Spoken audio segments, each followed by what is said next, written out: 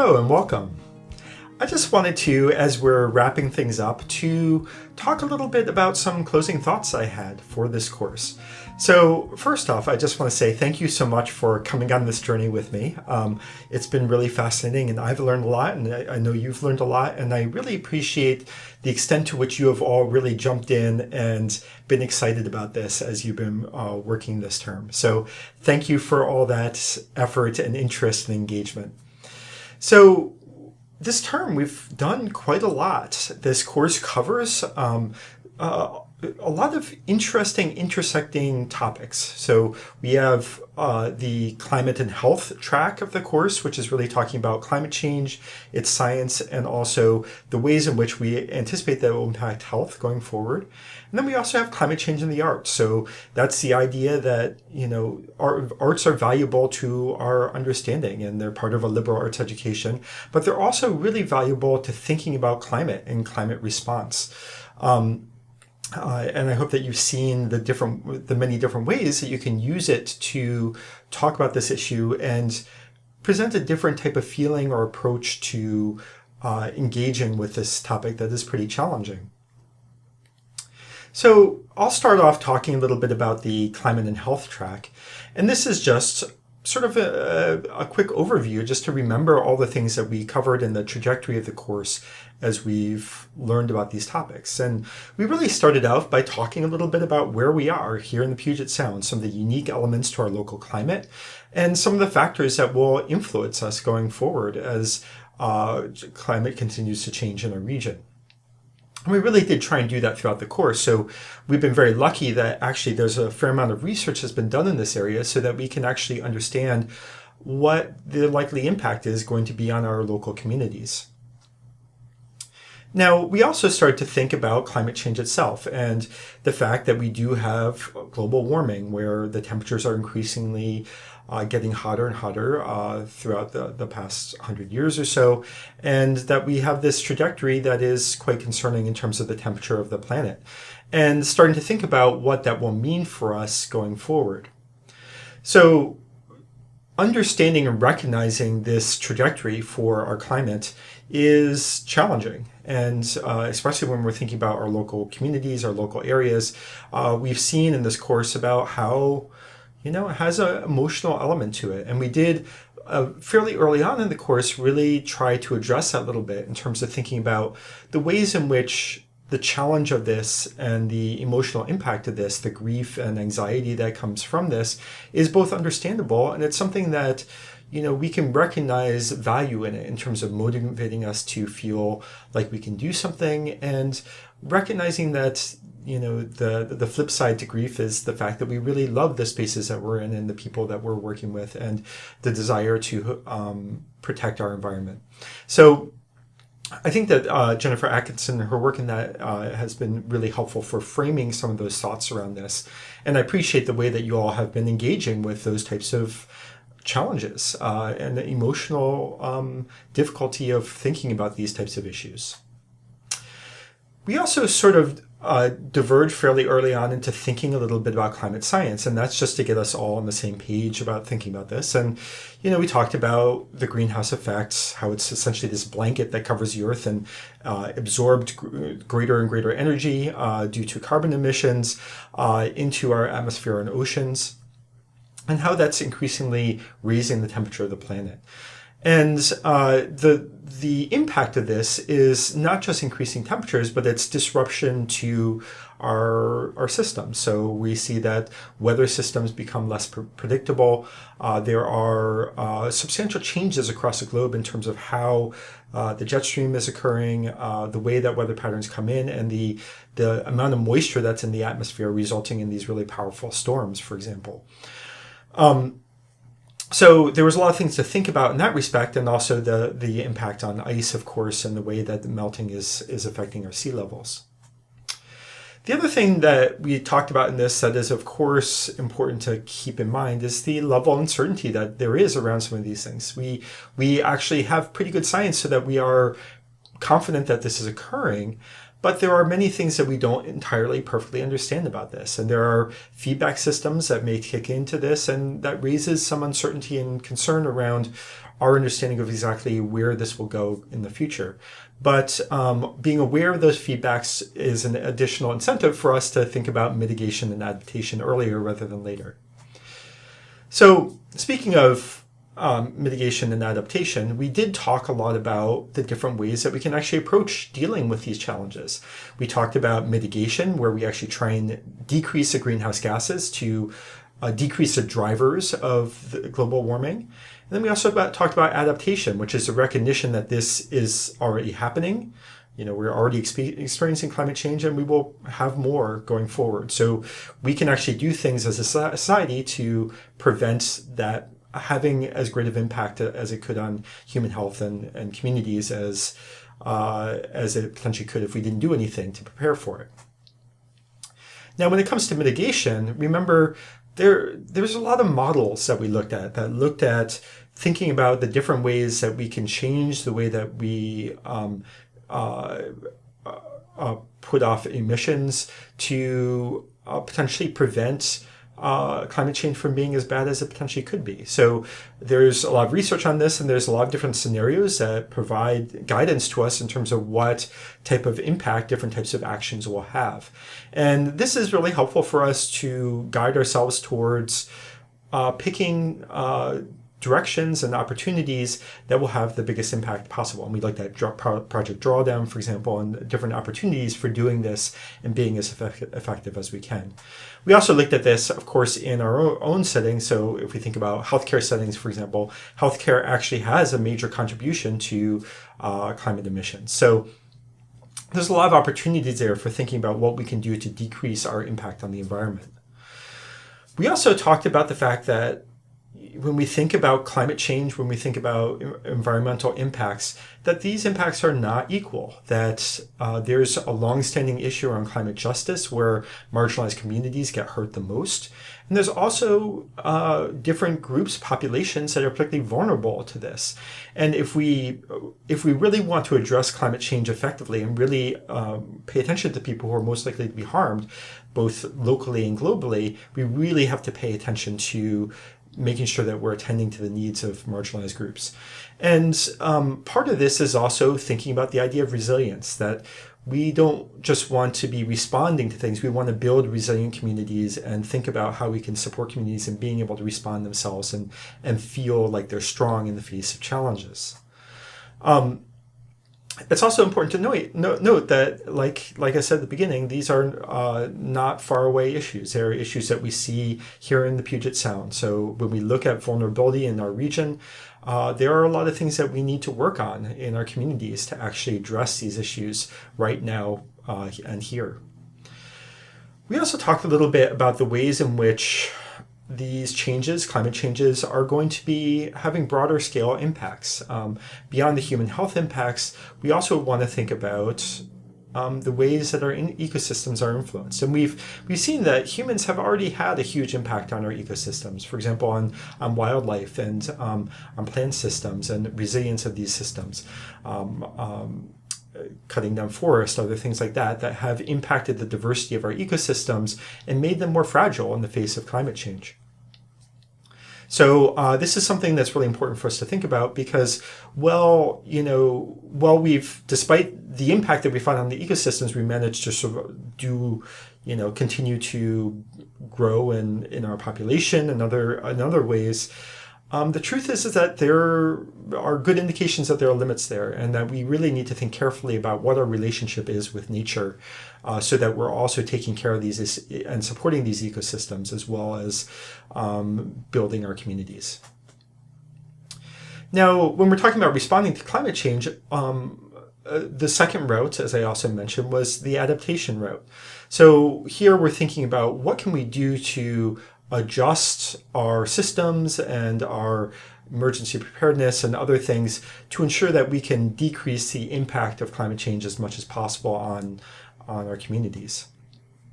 And the truth is that there's actually a lot there. When we think about adaptation can't solve everything. We can't in terms of the risks that we have from climate change, there will be some base level of risk. You can't stop the hurricane. There are going to be people who will be harmed by that. But if we prepare effectively, if we think about this carefully and prepare, there's a real potential to dramatically decrease those risks for our communities. So adaptation as a general idea is a really powerful idea for advancing human health and our ability to be resilient in the face of these climate threats. Part of that adaptation work is really emergency preparedness. Part of it is more long-term adaptation efforts, but some of it's really dealing with catastrophes that can happen as a result of climate change, the hurricanes, the floods, the fires, etc.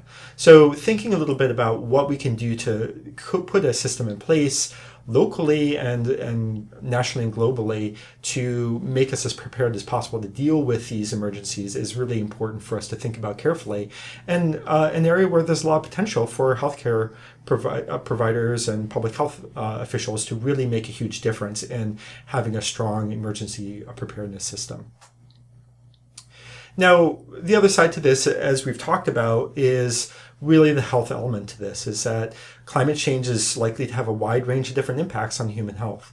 And that ranges from, different types of chronic disease, respiratory disease, cardiovascular diseases, to injuries, to different types of communicable diseases, to the impacts of malnutrition and migration and other factors like that. So these come together, and these are in many ways things that we can focus on with adaptation to decrease those types of health impacts and protect our populations.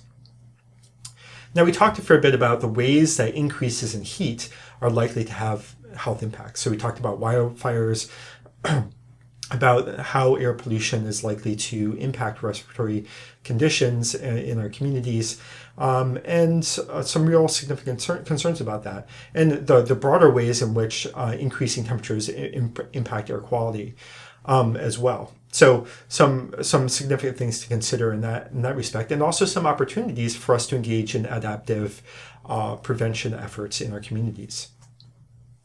We also talked a lot about water. Hurricanes, floods, other types of changes in water accessibility, for example, droughts, and the many ways in which those have potential for impacting people in terms of injuries or impact on their houses or communities, and the real risks that exist there, and also the fact that we have some real opportunities for making changes there, and recognizing that there are specific challenges in our region that we can do things about to decrease those risks. For example, thinking about our floodplains in our area and making sure that people are protected. We also talked a bit about communicable diseases, and although this wasn't my lecture, the ideas around how climate change is likely to increase the spread of a wide range of communicable infectious diseases is actually a real serious concern, from Zika to malaria to Lyme disease. These are all things that we need to consider as we go forward and be monitoring within Washington State, because we are seeing in Washington State that there is an increase in certain types of conditions in our area. We also want to think about social disruption. So I'm using this as a fairly broad category, but here we're thinking about food systems, for example. We need to have a food system, agricultural system that it can adequately support the populations that we have. And climate change is a real risk when it comes to those types of challenges. There's also ways in which increasing temperature and flooding and other things are actually making certain parts of the world have significant risks for their populations. And we're seeing that one adaptive strategy is actually that people may be migrating. And when you have migration on the scale, you also see social conflict sometimes, and war, for example. We saw that in the Syria example. So there is a wide range of ways that we can anticipate that climate change may have a larger social impact, including, of course, the way that climate change has a psychological impact on people and communities who are experiencing these types of natural disasters, and experiencing even just peripherally the types of impacts that we're seeing in the ecosystems around us. Now, we also want to talk a little bit about some practical things that we could do to address climate change. And here we talked a little bit about the question of, okay, if you want to make a change, how would you actually gather people together to support that change? What types of, who would you talk to? How would you analyze their interests to engage with them in a way that connects with them, to build a community that really wants to engage with this issue? We also talked about how one could sort of logically and practically go through a problem and try and figure out what you need to do at different times to actually be successful in addressing it, using the different types of programs that you could think of. And you all spent some time thinking about a possible project that you could do to try and address climate change related or sustainability related issues. So it's kind of interesting and productive exercise to think a little bit about what we could do and how we could use some of these strategies to practically assemble something that is more likely to work.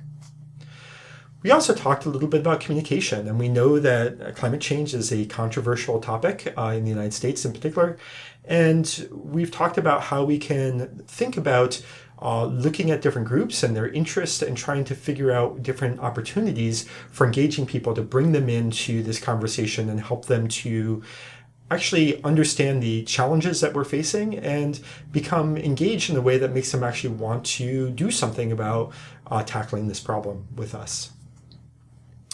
Now, the other track to this, of course, was the idea that we want to take climate change and think about it from an artistic perspective as well. And this was a really fun sort of way of looking at this. And what I liked about this is really the way that in the course we managed to expand our ideas around what art is and who can do art. We often think about art as being separate from us, but the idea that art should be public and it should be something that everybody should feel empowered to do is, I think, a really powerful idea. And I've been so excited about the art that you've been creating yourselves. I think thinking about the ways in which we can use art to engage with a political topic, political art that talks about climate change and is effective in thinking about how we can make a difference is really pretty exciting as an opportunity. I think that we've seen that some of this climate change art can be really very powerful. We also talked about literature, and I think in that we talked about different strategies that are being used. And I think there's, of course, the way in which literature can provide this imagery about the different types of futures we could potentially have. And we think about, for example, the dystopian challenges that we're facing that helps us understand what those risks are, but also the utopian views, the solar punk, views, for example, that envision how we can come together to actually create futures that recognize that there is a challenge for climate change, but also that give us ideas about how this can actually be empowering and build stronger communities and have benefits to us as well and opportunities.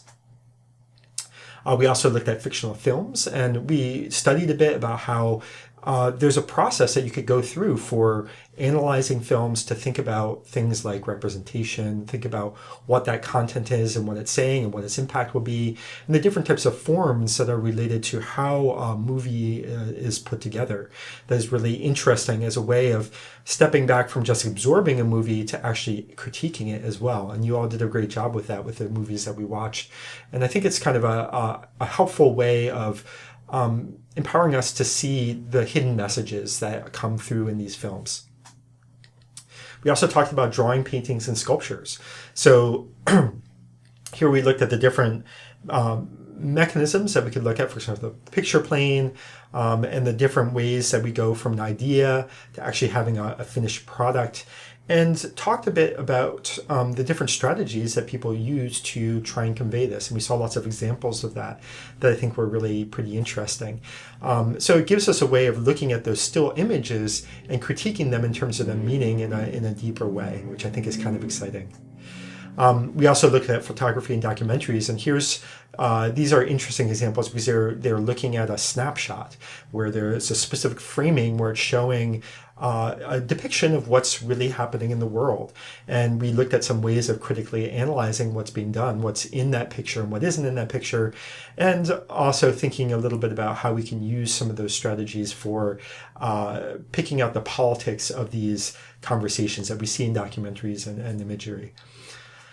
So another one that I enjoyed was, of course, looking at comics. That's something I just have a great fondness for. And thinking about how comics give us a way to engage with climate change issues that is a little bit friendlier, perhaps, for some people, but also has a lot of power as a medium in itself that we can critically think about in terms of how it can be absorbed by people to actually beneficially help them understand this topic area. And some of the interesting characteristics of comics that make them so good at doing that and helping make messages stick when you're providing them. So that's what we did in this term, and we did a lot. It's a really interesting combination of a lot of different ideas. I found it really exciting to think through this from so many different angles, and to try and both understand this picture in a big way, but also understand it in an emotional and artistic way, and then also thinking about it pragmatically as healthcare providers or public health professionals, how we could actually pragmatically do things to address this issue. So obviously, this is an issue that we're going to be continuing to talk about. This is happening. It will continue to happen. And we have a lot of choices that we have to make about what we're going to do.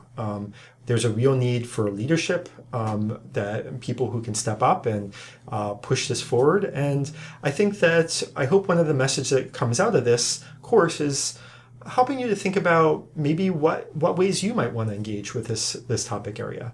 And you're the best judge of that. And there's a lot of different opportunities and so many powerful ways that you could do something with this.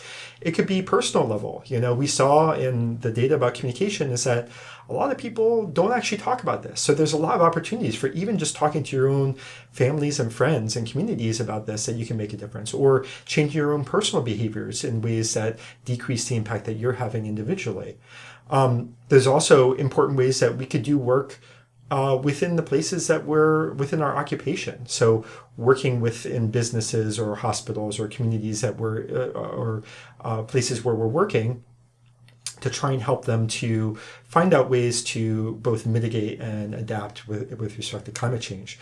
And again, I want to emphasize, especially when we think about professional advocacy and perhaps joining, different organizations that are focused on nurses or public health professionals, to actually have a voice as a profession in this issue.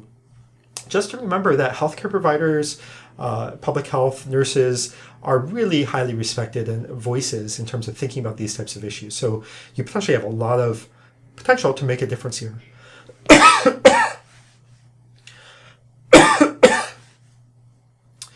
You could also think about communities and community advocacy.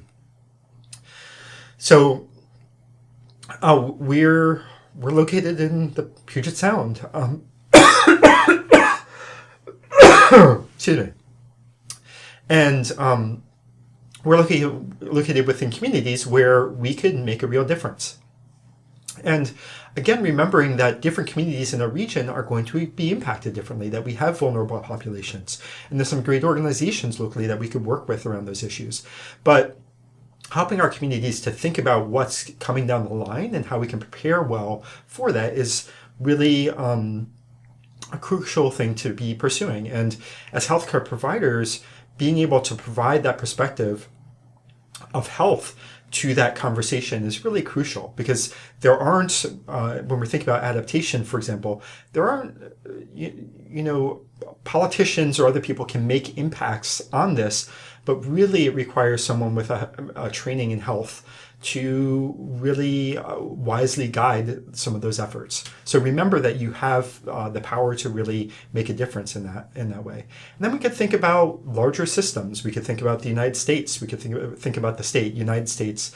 You could think about international ways in which we can work towards addressing the climate change issue. And there's plenty of opportunities out there for working towards better systems that address climate change concerns. So there's a lot of opportunities out there, a lot of things to think about, and to think about you, yourself, and your own needs, and the ways in which you want to engage to make yourself feel better, feel like you're making a difference, and also of course, to protect our families and our communities going forward. So, this is something to consider for all of us. And I'm really excited about all the things that we've been talking about in this course, that you've been sharing about your own experiences, thinking and talking about this. So I'm really quite delighted. So I do really want to thank you for the amount of effort, energy, and interest that you've had throughout this course. You've done a wonderful job, and I've really enjoyed reading all the things that you've talked about in terms of thinking about this complex issue and relating it to the things that you care about and opportunities for making a difference. So that's really important. And, as we go forward, I hope that we can all think about the ways that the opportunities that we have. There, as we've talked about, there is this more dark vision of a future, but for us to also hold on to that idea that potentially we could see this as an opportunity to build the communities that we want, to get the things that we need. And while we do have to reduce our impact on the earth and the environment that we're in, we do have this tremendous opportunity to re-envision how we can actually get what we want in the world that we live in, and feel supported in that and have the connections that we need. And also protect ourselves and our future generations and ensure that they thrive. So let's hold on to those positive visions and stay optimistic and think about what we can do to work together to address these challenges. So thank you all so much. I really appreciated working with you this term, and I appreciate you going along this path with me and thinking together on it. And I really wish you all the best as we move forward. So thank you all very much. I wish you well, and go out and do good things. Thank you.